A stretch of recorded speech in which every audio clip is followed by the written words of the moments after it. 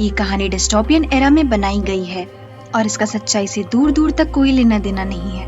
अब जिन लोगों को डिस्टोपियन एरा के बारे में नहीं पता, उन्हें मैं बता दूं कि एक ऐसी काल्पनिक दुनिया होती है जहाँ पर कोई भी खुश नहीं रह पाता और पूरी दुनिया बस अंधकार और अन्याय से ही भरी होती है। कहानी की शुरुआत में हमेशा शान और शौकत से घिरे रहने वाली सियोल सिटी लोगों के आतंक से इतनी तबाह हो चुकी थी कि सड़क पर स्ट्रीट लाइट से ज्यादा लोगों के घर और दुकानें जल रही थी। एक तरफ जहाँ गरीब लोग अपनी मजबूरियों से लड़ रहे थे, वहीं दूसरी तरफ अमीरों के शौक खत्म ही नहीं हो रहे थे। पर उन्हीं गरीबों की लाचारी से क्या मतलब। और इन्हीं अमीरों की शानदार प्रेस कॉन्फ्रेंस में एंट्री होती है योहान की, जो कि अमीरों के लिए तो मायने रखता ही था, पर साथ ही साथ गरीबों के लिए इंसाफ का देवता भी था। योहान को देखते ही सारे रिपोर्टर्स उसके सामने सवालों की लड़ी लगा देते पूरे देश में बढ़ते क्राइम्स को लेकर। योहान भी उनके सवालों का बखूबी से जवाब देता है। दरअसल योहान एक सक्सेसफुल जज था और उसकी जजमेंट पर सब लोग आंख बंद करके भरोसा करते थे। प्रेस कॉन्फ्रेंस के दौरान रिपोर्टर्स के जरिए योहान सारे देशवासियों को ये भी बताता है कि बहुत जल्द मिनिस्ट्री ऑफ जस्टिस, जिसका योहान भी एक अहम हिस्सा है, मिलकर लाइव कोर्ट रूम शुरू करने वाले हैं। इस कोर्ट रूम की शुरुआत से फैसला लेने की ताकत इस देश के हर नागरिक के पास होंगी। उनकी राय भी उतनी ही मायने रखेंगी जितनी की इस देश के बड़े से बड़े आदमी की रखती है। योहान की इस बात पर सभी लोग उसकी तालियों से प्रशंसा करते हैं। इसी चमकती दुनिया से थोड़ी दूर हमारी मुलाकात किम से होती है, जो कि एक बहुत ही ईमानदार जज है। लाइव कोर्ट रूम में किम योहान के साथ एसोसिएट जज बनने वाला था। आज किम की जॉब का पहला दिन था और अपनी डेस्क पर जाने से पहले किम अपने प्रोफेसर जस्टिस मिन से जाकर मिलता है। जस्टिस मिन किम को अच्छी तरीके से कोर्ट रूम दिखाते हैं। उन दोनों की ही बातों से हमें ये पता चलता है कि वो लोग योहान पर बिल्कुल भी भरोसा नहीं करते। जस्टिस मिन किम से ये भी कहते हैं कि किम को योहान की हर हरकत पर नजर रखनी चाहिए ताकि उन्हें ये पता चल सके कि आखिर योहान के दिमाग में चल क्या रहा है। थोड़ी देर बाद जब योहान किम से मिलता है तो वो उसे देखता ही रह जाता है, मानो उसे किम में अपनी कोई अनोखी चीज मिल गई। उन दोनों के फॉर्मल इंट्रोडक्शन के बाद जब किम वहाँ से चला जाता है, तभी योहान अपनी केस फाइल में किम की फोटो देखता है और खुद से ही कहता है कि इसकी शक्ल तो उससे हूबहू मिलती है। अभी उससे कौन है जिससे किम की शक्ल मिलती है, ये तो हमें सीरीज में आगे ही पता चलेगा। योहान से मिलने के बाद किम जब अपने डेस्क पर लौटता है तो उसकी मुलाकात अपनी एसोसिएट जज जिंजू से होती है, जो कि योहान और किम के साथ लाइव कोर्ट रूम का एक अहम हिस्सा बनेंगी। जिंजू बहुत ही बिंदास और हंसमुख लड़की थी। बातचीत के दौरान जिंजू किम को बताती है कि वो योहान की बहुत बड़ी फैन है। योहान चीफ जस्टिस जी से जाकर मिलता है। जस्टिस जी योहान से कहते हैं कि उसे लाइव कोर्ट रूम में पहला केस जेयू केमिकल फैक्ट्री का नहीं रखना चाहिए, क्योंकि ये केस काफी ज्यादा कंट्रोवर्शियल है।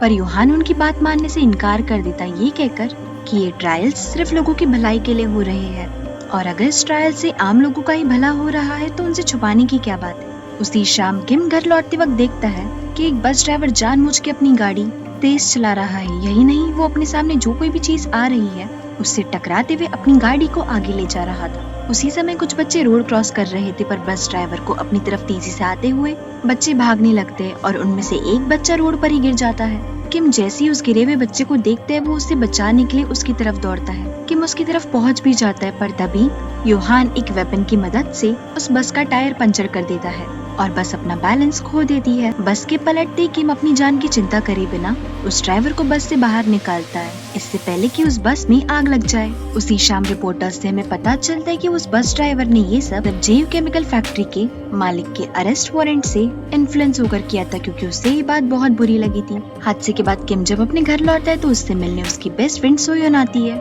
सोयोन किम को बचपन से ही पसंद करती थी, पर किम सोयोन को ऐसे दिखाता था जैसे कि उसे प्यार व्यार में ज्यादा इंटरेस्ट नहीं है।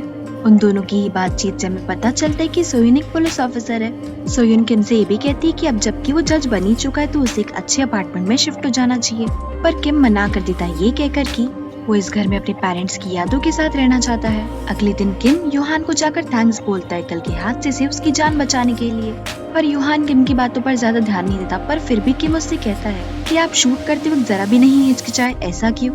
और अगर आपको उस बस ड्राइवर की जान लेनी पड़ती तो क्या आप सच में ले लेते? किम की इस बात पर योहान मुस्कुराते हुए कहता है कि तुम्हें मैथ्स तो आता है ना, 2 लोगों की जान जाने से अच्छा है कि हम किसी एक की ही बलि चढ़ाए। योहान की कही ये बात किम को बहुत अजीब लगती है और वो ये सब जाकर अपने प्रोफेसर जस्टिस मिन को बताता है। जस्टिस मिन और किम दोनों साथ मिलकर योहान के इरादों पर शक करने लगते हैं। वो दोनों मिलकर इस बारे में भी सोचते कि योहान ने जेयू केमिकल फैक्ट्री के केस को ही पहले लाइफ कोर्ट सेशन में क्यों रखा। साथ ही साथ उन दोनों को इस बात का भी शक था कि यूहान का इस केस के पीछे कोई ना कोई स्वार्थ तो छुपा ही है। थोड़ी देर बाद सारे जजेस मिलकर जेयू केमिकल फैक्ट्री और उस बस ड्राइवर का केस डिस्कस कर रहे थे। यूहान चाहता था कि उस बस ड्राइवर को कड़ी से कड़ी सजा हो, पर किम का कुछ अलग ही मानना था, क्योंकि जेयू केमिकल केस में उस बस ड्राइवर ने अपनी 3 साल की बच्ची को खोया था और इसी के गम में उस बच्ची की नानी ने सुसाइड भी कर ली थी। किम का ये मानना था कि यूहान को बस ड्राइवर को इतनी कठिन सजा नहीं देनी चाहिए, क्योंकि यूहान ने जेयू केमिकल फैक्ट्री के मालिक को भी तो अब तक अरेस्ट वारंट नहीं भेजा था। किम की इस बात पर यूहान उससे कहता है कि जेयू केमिकल फैक्ट्री के मालिक का गुनाह अब तक प्रूफ नहीं हुआ है और उस बस ड्राइवर ने मेरी आंखों के सामने ही क्राइम कमिट किया है। यूहान की साइड सुनने के बाद किम के पास कुछ कहने के लिए बचता ही नहीं है। थोड़ी देर बाद किम जब यूहान को अकेले देखता है तो वो उससे पूछता है कि अगर आपको जजमेंट पब्लिक से ही करवाना था तो आपने हम जजेस को क्यों हायर किया है। किम की इस बात पर यूहान मुस्कुराते हुए कहता है कि इमरजेंसी के टाइम पर जजेस ही काम आएंगे, और आफ्टर ऑल ये एक टीवी शो है तो पब्लिक को भी तो अच्छा लगना चाहिए ना कि कोई जिम्मेदार इंसान उनके सामने बैठा है। यूहान की ये सारी बातें सुनने के बाद किम का शक उस पर और भी ज्यादा गहरा हो जाता है। उसी शाम किम जस्टिस मिन से इलीगली स्टोरेज रूम की चाबियां लेता है। स्टोरेज रूम में छानबीन करने के बाद किम को मिनिस्टर जू का 20 साल पुराना रिकॉर्ड मिलता है। मिनिस्टर ऑफ जस्टिस मिस चा ने चेयरमैन जेयू, जो कि जेयू केमिकल फैक्ट्री के मालिक थे, उनकी कई बार मदद की है। किम और मिनिस्टर मिन को लग रहा था कि मिस चा अपने गेम में यूहान को भी अपने साथ मिला लेंगी ताकि वो जेयू केमिकल फैक्ट्री के मालिक को बचा सके। अगले दिन सियोना, जो कि सोशल रिस्पॉन्सिबिलिटी फाउंडेशन के लिए काम करती थी, मिस चा से मिलने आती है और उन्हें इनडायरेक्टली धमकी देते हुए कहती है कि आने वाले ट्रायल्स का बाकी बिजनेसमैन पर कोई फर्क नहीं पड़ना चाहिए। मिस चा जब सियोना की बात मानने से इनकार कर देती है तो सियोना उन्हें टॉन्ट मारते हुए कहती है कि उनकी कार से लेकर जिस कुर्सी पर वो बैठी है वो सब उन्हीं की फाउंडेशन का दिया हुआ है, पर इस साल हम आपकी मदद नहीं कर पाएंगे। इतना कहकर वो वहाँ से चली जाती है। दूसरी तरफ किम सोयून से लिसनिंग डिवाइस मंगाता है जिससे कि वो यूहान की सारी बातें सुन सके। दूसरी तरफ यूहान एक अजीब सी जगह पर किसी को ढूंढ रहा था। अगले दिन किम बड़ी ही चालाकी से यूहान के डेस्क के नीचे वो लिसनिंग डिवाइस को इंस्टॉल कर देता है और उसके बाद पूरा दिन यूहान की कन्वर्सेशन ही सुनता रहता है। किम यूहान को मिस चा से बात करते हुए भी सुनता है। फोन पर यूहान मिस चा को अश्योर करता है कि सारी चीजें कानून के मुताबिक ही होंगी तो उन्हें चिंता करने की कोई जरूरत नहीं है। थोड़ी देर बाद किम यूहान को किसी डॉक्टर के बारे में भी पूछते सुनता है और साथ ही साथ ये भी सुनता है कि यूहान जल्दी किसी लॉयर से मिलने वाला है। ये बात सुनती किम यूहान का पीछा भी करता है जब वो चेयरमैन जेयू के लॉयर से मिलने जा रहा था, पर बदकिस्मती से किम के हाथ कुछ भी नहीं लगता। अगले दिन लाइव कोर्ट सेशन शुरू होता है। लाइव कोर्ट सेशन देखने के लिए सब लोग टीवी से ऐसे चिपक गए थे मानो उनका कोई फेवरेट टीवी सीरियल आने वाला हो। बच्चों से लेकर बूढ़े या फिर गरीब से लेकर अमीर तक सभी लोग टीवी के सामने अपने अपने स्नैक्स लेकर बैठ गए थे। थोड़ी देर बाद जब जजेस अपनी अपनी सीट्स पर आते तो प्रोसिक्यूटर कार्रवाई की शुरुआत करते हुए कहते हैं कि ये केस ऐसे एक गाँव के बारे में जिसे जवान लोगों ने छोड़ दिया। इस गांव की पॉपुलेशन सिर्फ 47 है और उन्हीं 47 लोगों में से 11 लोग अपनी जान गंवा चुके हैं। 27 लोग अभी भी अपनी जिंदगी के लिए लड़ रहे हैं और 13 लोग हॉस्पिटल से डिस्चार्ज तो हो चुके हैं, पर अभी भी उनकी हालत बहुत ज्यादा गंभीर है। इन 47 लोगों की उम्र करीब करीब 70 साल है और मरने वालों में से तो एक बच्ची सिर्फ 3 साल की ही है। इन सभी मासूम लोगों की हालत के जिम्मेदार जेयू फैक्ट्री के मालिक है, क्योंकि इन्होंने अपनी फैक्ट्री का गंदा पानी जो कि केमिकल से भरा हुआ था नदियों में बिना किसी शुद्धता के ट्रीटमेंट के ही छोड़ दिया और इन मासूम लोगों ने वही पानी अपनी खाने पीने और खेती करने में यूज किया। प्रोसिक्यूटर ये बताते हुए अपना स्टेटमेंट क्लोज करते हैं कि जेयू केमिकल फैक्ट्री के मालिक ने ही उन 11 लोगों की जान ली है और बाकी बचे 36 लोगों की हालत के जिम्मेदार भी वही है। प्रोसिक्यूटर की इस इमोशनल स्टेटमेंट के बाद 70% ऑफ व्यूअर्स जेयू केमिकल फैक्ट्री के मालिक को गिल्टी ठहराते हैं। अब बारी आती है डिफेंडेंट की, यानी जेयू केमिकल फैक्ट्री के लॉयर की। डिफेंडेंट प्रोसिक्यूटर के सारे इंजामों को गलत बताते हुए कहता है कि वेस्ट वाटर ट्रीटमेंट फैसिलिटी गठबंधन के टूटने से डैमेज हो गई थी और जेयू फैक्ट्री को उसे रिपेयर करने के लिए सिर्फ 1 ही घंटा लगा और उसी 1 घंटे में थोड़ा सा खराब पानी जाकर नदी के पानी से मिल गया। डिफेंडेंट और प्रोसिक्यूटर इसी बात को लेकर झगड़ने लगते हैं और यूहान दोनों ही पक्ष को शांत कराता है। डिफेंडेंट अपने बचाव में ये भी कहते हैं कि जिन लोगों की मौत हुई है उनकी ऑटोप्सी भी नहीं की गई, तो ये लोग कैसे कह सकते कि उनकी जान जेयू केमिकल्स की वजह से गई है। अपनी इस बात को प्रूफ करने के लिए डिफेंडेंट एक डॉक्टर को बुलाते हैं। डॉक्टर का नाम सुनते से किम को याद आता है कि यूहान अपने ऑफिस में किसी डॉक्टर के बारे में ही बात कर रहा था।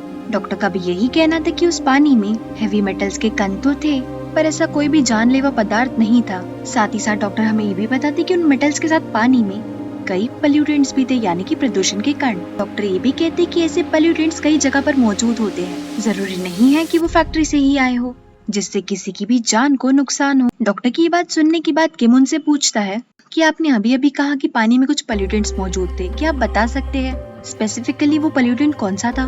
डॉक्टर पहले तो हिचकिचाते हैं, पर किम के दबाव डालने पर कहते हैं कि पानी में साइनाइड भी मौजूद था। साइनाइड का नाम सुनते से ही पूरे कोर्ट में हड़कंप मच जाती है। तभी डिफेंडेंट आकर कहता है कि साइनाइड ही तो है, कोई बात नहीं है। डिफेंडेंट की बात को आगे बढ़ाते हुए डॉक्टर कहते हैं कि साइनाइड्स बादाम में, एप्पल सीड्स में, चेरी सीड्स में, यहाँ तक कि एप्रिकॉट सीड्स में भी मौजूद होता है, तो इसमें कौन सी बड़ी बात है। इस डिस्कशन के दौरान योहान के चेहरे पर एक अजीब सी मुस्कुराहट थी।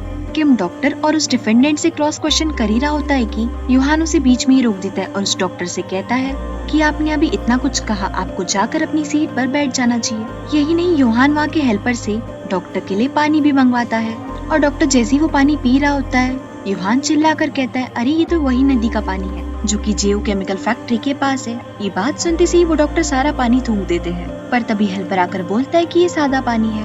कोर्ट में फिर से गुसर फुसर शुरू हो जाती है कि अगर नदी के पानी में कुछ हार्मफुल नहीं था तो इस डॉक्टर को उस पानी को पीने से क्या प्रॉब्लम है। डॉक्टर के इस हरकत से सबको समझ में आ जाता है कि नदी का पानी किसी जहर से कम नहीं है। इसी इंसिडेंट के बाद योहान डॉक्टर से कहता है कि अब जो कि उनका काम हो चुका है, उन्हें यहाँ से जाना चाहिए। डॉक्टर कार ड्राइव कर रहे थे और उन्हें अचानक से खांसी आने लगती है। डॉक्टर को इस हालत में देख मेरे मन में एक डाउट आया था कि कहीं योहान ने सच में उन्हें नदी का पानी तो नहीं पिला दिया। Getting back to the scene, doctor के सामने अचानक से एक ट्रक आ जाता है और सीन वहीं पर कट हो जाता है। कोर्ट रूम में डिफेंडेंट एक ऐसे गवाह को बुलाते हैं जो कि जेयू केमिकल फैक्ट्री में 12 साल से काम करता था as a caretaker. Defendant सवाल पूछते वक्त अपनी एडी चोटी का जोर लगा देता है कि वो केयर टेकर से झूठ बुलवा सके, पर जैसे ही केयर टेकर उस जगह के बारे में सच बताने लगता है, जेयू फैक्ट्री के मालिक उस पर चिल्लाने लगते हैं। योहान को भी ये सब समझ आ रहा था तो वो फैक्ट्री के मालिक को शांत रहने के लिए कहता है और डिफेंडेंट को भी उसकी जगह पर बिठा देता है जिससे कि केयर टेकर को गवाही देते वक्त कोई परेशानी न हो।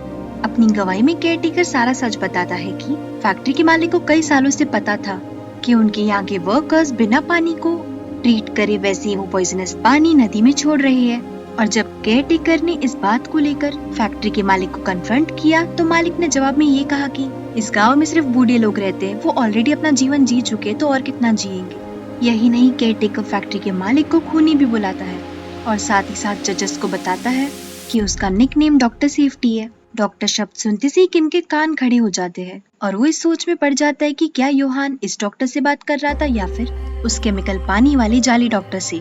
वर्डिक्ट के टाइम पर जब 96% लोग जेयू केमिकल फैक्ट्री के मालिक को दोषी करार दे रहे थे, तभी ही वो मालिक अपने मगरमच्छ के आंसू बहाने लगता है और अपने गुनाहों के लिए माफी भी मांगता है, पर अब बहुत देर हो चुकी थी। जब जजेस की वर्डिक्ट का टाइम आता है तो योहान सभी से कहता है कि हम लोग ये तो नहीं कह सकते कि जेयू फैक्ट्री के मालिक ने इन सभी लोगों की जान ली है, पर हम ये जरूर कह सकते हैं कि आज उनकी लापरवाही की वजह से ही वो सब इस हालत में है। तो उसी लापरवाही के चलते जेयू केमिकल फैक्ट्री के मालिक को 5 साल की सजा होनी चाहिए, लेकिन क्योंकि उन्होंने 47 लोगों की जान के साथ खिलवाड़ किया है, इसीलिए उन्हें 235 सालों की सजा सुनाई जाती है।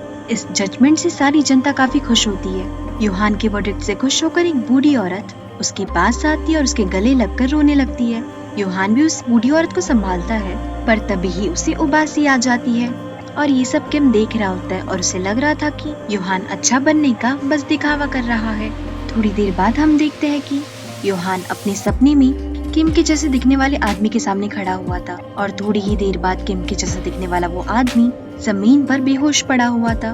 बैक इन प्रेजेंट योहान किम को देखता है और एक अजीब सी स्माइल पास करता है और इसी सीन के साथ एपिसोड खत्म होता है। तो कौन है वो आदमी जो योहान को बार बार याद आता है और जिसकी शक्ल किम से मिलती है? क्या योहान सच में इतना सीधा है जितना वो दिखता है, या किम का शक सही है? आगे चल के किम और योहान की टकरार क्या मोड़ लेंगी, इन सब क्वेश्चंस के साथ हमें छोड़ जाता है episode 1। Now talking about if I like this episode और not, I am not sure actually, क्योंकि मैं बहुत ज्यादा कंफ्यूज हुई एपिसोड के बाद। मैंने बोला था कि मैं छोटा सा रिव्यू दूंगी, बट मैं सच में पूरी ब्लैंक हूँ अभी। मतलब एपिसोड खत्म होने के बाद मुझे समझ ही नहीं आ रहा है कि चल क्या रहा है। I am so sorry guys if I disappointed you, या फिर मैंने इस एपिसोड को अच्छे से एक्सप्लेन नहीं किया हो तो माफ कर देना please. Take care of yourself, see या।